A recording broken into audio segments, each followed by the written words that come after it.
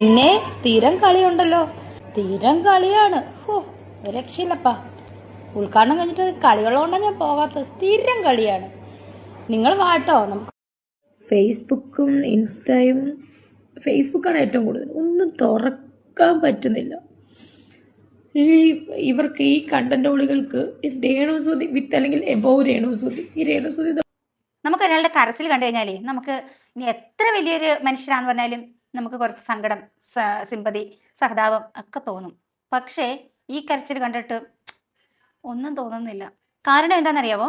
കുറച്ച് ദിവസം മുന്നേ പറയുന്നുണ്ടായിരുന്നല്ലോ, എവിടെ നോക്കിയാലും രേണുസുതി, ഇൻസ്റ്റയിൽ രേണുസുതി, ഫേസ്ബുക്ക് രേണുസുതി, യൂട്യൂബ് തുറന്നാൽ രേണുസുതി, എവിടെ നോക്കിയാലും രേണുസുതി മയമാണെന്ന് ഭയങ്കര സന്തോഷത്തിൽ ചിരിച്ചുകൊണ്ട് പറയുന്നുണ്ടായിരുന്നു. അതുമാത്രമല്ല, ഈ കണ്ടന്റുകൾ 24 മണിക്കൂറും ഇങ്ങനെ പല പല കണ്ടന്റുകൾ പല രീതിയിൽ പല ഭാവത്തിൽ ഇട്ട് കൊടുക്കുന്നതും നമ്മൾ തന്നെയാണ്. ഒരു കണ്ടന്റും ഇല്ല, തുറക്കാൻ പറ്റണില്ല. എന്നെ ബാധിക്കുന്ന കാര്യം അല്ലെങ്കിൽ പോലും ചിലതൊക്കെ എന്നെ ബാധിക്കും. അതെന്താ? എന്നെ ബാധിക്കുന്ന കാര്യം അല്ലെങ്കിൽ പോലും ചിലതൊക്കെ എന്നെ ബാധിക്കും. കിച്ചുവിന്റെ തുറന്നു പറച്ചിലായിരിക്കും ഈ ബാധിച്ചത്, അല്ലേ? കാരണം ഞാൻ ജസ്റ്റ് എനിക്ക് ഫേസ്ബുക്കിൽ എന്തെങ്കിലുമൊക്കെ വീഡിയോ കാണാൻ ഞാൻ നോക്കുമ്പോഴത്തേന് ഇങ്ങനെ വന്നിട്ട് ഞാൻ കമന്റ് ബോക്സ് തുറന്നു കഴിഞ്ഞാൽ ഫുള്ളും ഞാൻ എന്തൊക്കെയോ അപരാധം ചെയ്തെന്നുള്ള മട്ടിലാണ് ഇത് മുഴുവനും. എല്ലാവർക്കും അറിയാവുന്ന കാര്യമാണ്, ഒരു കണ്ടന്റാണ് രേണുസുതി. അയ്യോടാ, കുറച്ച് മുന്നേ ഒരു 2 ദിവസം മുന്നേ അല്ലേ ഈ 2-3 പേരെ വിളിച്ചിട്ട്, തൊപ്പിക്കാരനും അവരിവരെയൊക്കെ വിളിച്ചിട്ട് നിന്റെയൊക്കെ കമന്റ് ബോക്സ് ഒന്ന് തുറന്ന് നോക്കടാ എന്ന് പറഞ്ഞത് അല്ലായിരുന്നോ? അപ്പൊ സ്വന്തം കമന്റ് ബോക്സ് നോക്കാറില്ലായിരുന്നോ? അത് മാത്രമല്ല, പറയുന്നുണ്ടായിരുന്നല്ലോ ഈ നെഗറ്റീവ് കമന്റുകൾ എനിക്ക് പൂച്ചെണ്ടുകളാണ് എന്ന് അഹങ്കാരത്തോടെ പറയുന്നില്ലായിരുന്നോ? അവർക്ക് എന്തിന് കാശ് കിട്ടുന്നുണ്ടായിരിക്കും അവർക്ക് മാസം. പക്ഷെ ഇതിപ്പോ ആഘോഷിക്കാൻ ഈ ഒരു വീഡിയോ ഞാൻ ഇട്ട് കഴിഞ്ഞ് ഇത് ആഘോഷിക്കാൻ ആൾക്കാർ കാണും ഇഷ്ടം പോലെ. അവള് കള്ളക്കരച്ചിലുമായിട്ട് ഇറങ്ങി, അവള് മുതലക്കരച്ചിലുമായിട്ട് ഇറങ്ങി. ഞാനും ഒരു മനുഷ്യനാണ്, മനസ്സിലായോ? എനിക്ക് വേണമെങ്കിൽ ഇപ്പൊ സൂയിസൈഡ് ചെയ്യാം. കാരണം ഇത് കേൾക്കാതിന്റെ അപ്പുറം ഞാൻ കേട്ട്. പക്ഷെ ചില കാര്യങ്ങൾ എന്നെ ബാക്കിലോട്ട് നിർത്തുവാണ്. കേൾക്കാവുന്നതിന്റെ അപ്പുറം ഞാൻ കേട്ടു. ഇനി കേട്ടാലും കുഴപ്പമില്ല എന്നാണ് പറഞ്ഞത്. അത് മാത്രമല്ല, ബാക്കിലോട്ടൊന്ന് ചിന്തിക്കുക. ഈ ഫേസ്ബുക്കിലൊക്കെ അങ്ങോട്ട് ഇട്ട് കൊടുത്ത കുറച്ച് റീൽസുകൾ ഒന്ന് ചിന്തിക്കുക. മറ്റുള്ളവർ അത് കണ്ടന്റ് ആക്കാനുള്ള മാർഗം നിങ്ങൾ തന്നെയാണ് ഇട്ട് കൊടുത്തത്. മറ്റുള്ളവർക്ക് കണ്ടന്റ് നിങ്ങൾ തന്നെയല്ലേ വിളിച്ചു പറഞ്ഞേ, ഞാൻ കണ്ടന്റ് ഇട്ട് കൊടുക്കുകയാണ്, മറ്റേ എന്താ മാരേജ് സർട്ടിഫിക്കറ്റിന്റെ കാര്യം പറഞ്ഞപ്പം ബ്രൈഡും ഗ്രൂമും ഒക്കെ പറഞ്ഞ് ഞാൻ മനഃപൂർവ്വം തെറ്റിച്ച് പറഞ്ഞ് അവർക്ക് കണ്ടന്റ് ഇട്ട് കൊടുത്തതാണ് എന്ന് നിങ്ങളല്ലേ പറഞ്ഞേ. അപ്പം അതുപോലെ തന്നെ പല കണ്ടന്റുകളും നിങ്ങൾ തന്നെയല്ലേ ഇട്ട് കൊടുക്കുന്നത്. എന്തോ വലിയ ഔദാര്യം ചെയ്യുന്നത് പോലെ നീയൊക്കെ കൊണ്ടുപോയി റീച്ച് ഉണ്ടാക്കി ആരും മേടിച്ച് തിന്ന് എന്നൊക്കെ പറഞ്ഞിട്ട് നെകളിപ്പ് കുറച്ചൊന്നും അല്ലായിരുന്നല്ലോ. ഇപ്പം ഈ കരച്ചിലിൻ്റെ കാര്യവും ഉള്ളി തട്ടി വന്ന കരച്ചിലൊന്നും അല്ല. ഇതും ഒരു ഡ്രാമ തന്നെയാണ്. ഞങ്ങൾ ആഘോഷിക്കുന്നതല്ല, ആരുടെയും കരച്ചിൽ ആഘോഷിക്കുന്നതല്ല. കാരണം ഇപ്പം ഈ കാണിക്കുന്ന കണ്ണുനീരിനെക്കാട്ടിലും വിലയുണ്ട് മെനിഞ്ഞാന്ന് കിച്ചുവിൻ്റെ കണ്ണിൽ നിന്നും വന്ന ആ കണ്ണുനീര്. ഞങ്ങൾ കണ്ടത് മെനിഞ്ഞാന്നിട്ട ആ ഒരു വീഡിയോയിൽ മാത്രമാണ്. എത്രയോ നാളുകൾ ആ കുട്ടി കരയുന്നുണ്ടാവും, എത്രയോ നാളുകൾ ഉള്ളു തൊട്ട് ആ കുട്ടി കരയുന്നുണ്ടാവും. ഈ ഒരു വീഡിയോ ഒന്ന് കണ്ടു നോക്കിക്കേ. ഇത് കണ്ട കരച്ചു വീഴത്തില്. അച്ഛൻ മാത്രം എൻ്റെ റൂമിൽ വരും, എനിക്ക് ഫുഡ് വരും പോവും, ഇടയ്ക്ക് ഹൃദപ്പം എല്ലാം റൂമിൽ വന്നിരിക്കും.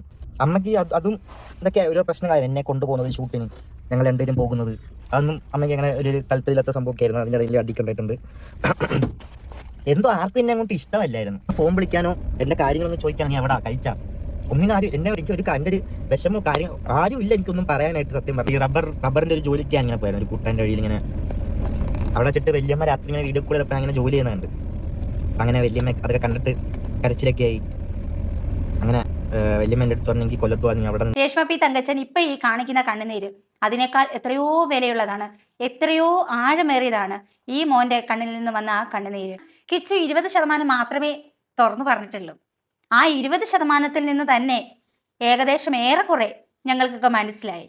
കിച്ചു മാത്രമല്ല, സുധിയും എത്രത്തോളം വേദനിച്ചു, എത്രത്തോളം വിഷമിച്ചു, ആ ജീവിതം എങ്ങനെയാണ് കൊണ്ടുപോയത്, അതൊക്കെ ഏകദേശം ആൾക്കാർക്ക് മനസ്സിലായി.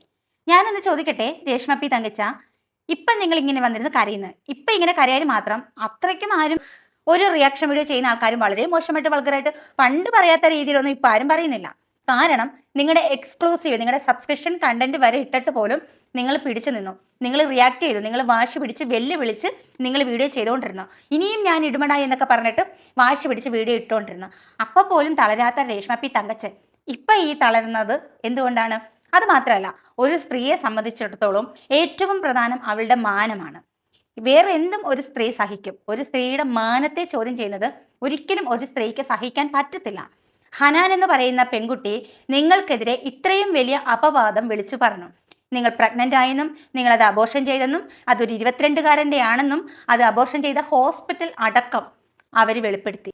അത് കണ്ടിട്ട് പോലും പ്രതികരിക്കാത്ത നിങ്ങൾ ഇങ്ങനെ വന്ന് എന്തെങ്കിലും വിളിച്ചു പറഞ്ഞാൽ പോരാ, അങ്ങനെ ആരോപിച്ച ആ ഹനാനെതിരെ ഒരു വാക്ക് കൊണ്ട് പോലും പ്രതികരിക്കാത്ത നിങ്ങൾ ഇപ്പം ഈ വന്ന് കരയുന്ന എന്തിനാ?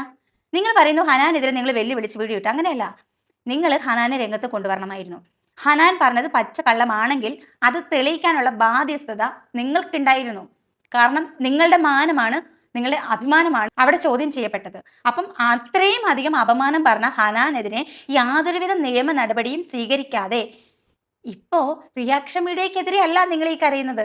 റിയാക്ഷൻ വീഡിയോ ചെയ്യുന്നവരോ അല്ലെങ്കിൽ നെഗറ്റീവ് കമൻറ്റ് ഇടുന്നവർക്കെതിരെയോ അത് വേദനിച്ചിട്ടോ ഒന്നുമല്ല ഇപ്പം ഈ ഒഴുക്കുന്ന കണ്ണുനീര്. കിച്ചുവിൻ്റെ വീഡിയോ ആണ് രേഷ്മ പി തങ്കച്ചൻ ഇപ്പോൾ ഇവിടെ വന്നിരുന്ന് ഈ മുതലക്കണ്ണീരൊഴുക്കി കാണിക്കുന്നത്. സപ്പോർട്ട് പോകും. കുറച്ച് പേരെങ്കിലും ഒരു പാവം അമ്മയല്ലേ, വിധവയല്ലേ, 2 കുട്ടികൾക്ക് വേണ്ടി 2 കുട്ടികൾക്കുപരി ആൾക്കാർ ചിന്തിക്കുന്ന കിച്ചുവിനെയാണ്. ആ അമ്മയില്ലാത്ത കുഞ്ഞിനൊരു അമ്മയായവളല്ലേ, സ്വന്തം മകനെ പോലെ നോക്കുന്നവളല്ലേ എന്നുള്ള രീതിയിൽ ആൾക്കാർക്ക് കുറച്ച് പേർക്കെങ്കിലും നിങ്ങളോട് സിമ്പതി ഉണ്ടായിരുന്നു. ഒരുപാട് സാമ്പത്തിക സഹായമൊക്കെ അവരിൽ നിന്ന് നിങ്ങൾക്ക് ലഭിച്ചിട്ടുണ്ട് എന്നാണ് ഞങ്ങൾക്കറിയാൻ കഴിഞ്ഞത്. അപ്പോൾ അവിടെ തടവീരും. അപ്പം അതിൻ്റെ ആ ഒരു എന്താ പറയുക, അതങ്ങോട്ട് താങ്ങാൻ പറ്റുന്നില്ല. അവിടെ ആ ഒരു വിള്ളൽ വീഴാതിരിക്കാനുള്ള ഒരു ഡ്രാമയാണ് ഇപ്പം ഈ കാണിക്കുന്ന മുതലക്കണ്ണീര്. ഞാൻ എന്നും പറയുന്ന ഒരു വാക്കാണ്, ഇനി എത്രയൊക്കെ ആൾക്കാരുടെ മുന്നിൽ ഇങ്ങനെ നമ്മൾ മുഖംമൂടി അണിഞ്ഞ് നിന്നാലും എന്തൊക്കെ നമ്മൾ ഡ്രാമ കളിച്ചെന്ന് പറഞ്ഞാലും സത്യം ഒരു നാൾ പുറത്തു വരും, പുറത്തു വന്നിരിക്കും. ബിഗ് ബോസിൽ വെച്ച് തന്നെ നിങ്ങൾ കാണിക്കുന്നത് കള്ളമാണ്, നിങ്ങളുടെ വായിൽ നിന്നും വരുന്ന വാക്കുകൾ കള്ളമാണ്. ഞങ്ങൾക്ക് എല്ലാവർക്കും അറിയാമായിരുന്നു. ഒരാളുടെ എതിരെയും ഇത്രയധികം ശക്തമായിട്ട് ആരും നിന്നിട്ടില്ല. ഈ ഒരു വീഡിയോ കണ്ടിട്ട് നിങ്ങളുടെ അഭിപ്രായം നിങ്ങൾ കമൻ്റ് ആയിട്ട് പറയുക. അത് നെഗറ്റീവ് ആയിക്കോട്ടെ പോസിറ്റീവ് ആയിക്കോട്ടെ നിങ്ങൾ കമൻ്റ് ആയിട്ട് പറയുക. അതുപോലെ തന്നെ ഹൈപ്പ് എന്നൊരു ഓപ്ഷൻ ഉണ്ട്, ഹൈപ്പും കൂടെ കൊടുത്ത് സപ്പോർട്ട് ചെയ്യാൻ മറക്കരുത്. അപ്പോൾ മറ്റൊരു വീഡിയോ ആയിട്ട് വീണ്ടും കാണാം.